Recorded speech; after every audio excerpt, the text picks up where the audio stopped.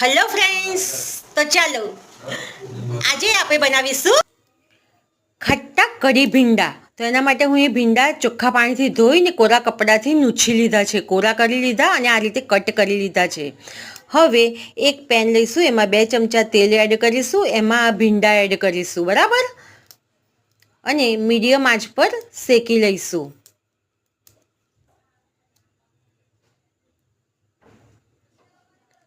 આ રીતે વચ્ચે વચ્ચે ફેરવતા રહેવાનું, એટલે નીચે ચોટે પણ ના અને સરસ મીડિયમ આંચ પર શેકાવા દેવાના.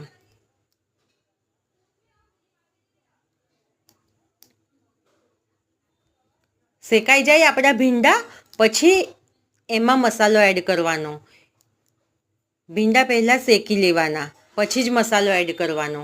હવે આપણે એમાં મીઠું એડ કરીશું, ગરમ મસાલો એડ કરીશું, હળદર એડ કરીશું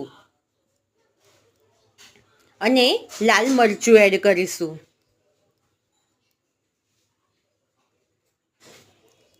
પછી આ રીતે પાછું આપણે ફેરવી લેવાનું, ફેરવતું રહેવાનું, એટલે ચીપકે ના નીચે પણ, કઢાઈમાં ચીપકે ના અને સારી રીતે શેકાય.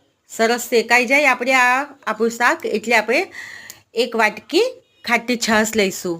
બહુ ખાટી ના હોય, મીડિયમ હોય એવી લઈ લઈશું.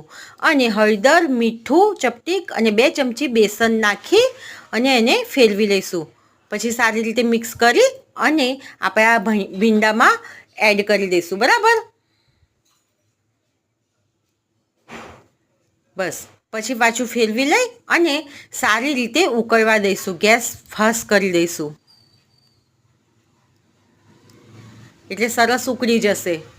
એકદમ ટેસ્ટી કઢી ભીંડા તૈયાર થઈ ગયા છે આપણા. જુઓ, આ બાજરીના રોટલા સાથે તો ખૂબ જ સરસ લાગશે, કાં તો પછી પરાઠા સાથે પણ ખૂબ સરસ લાગશે.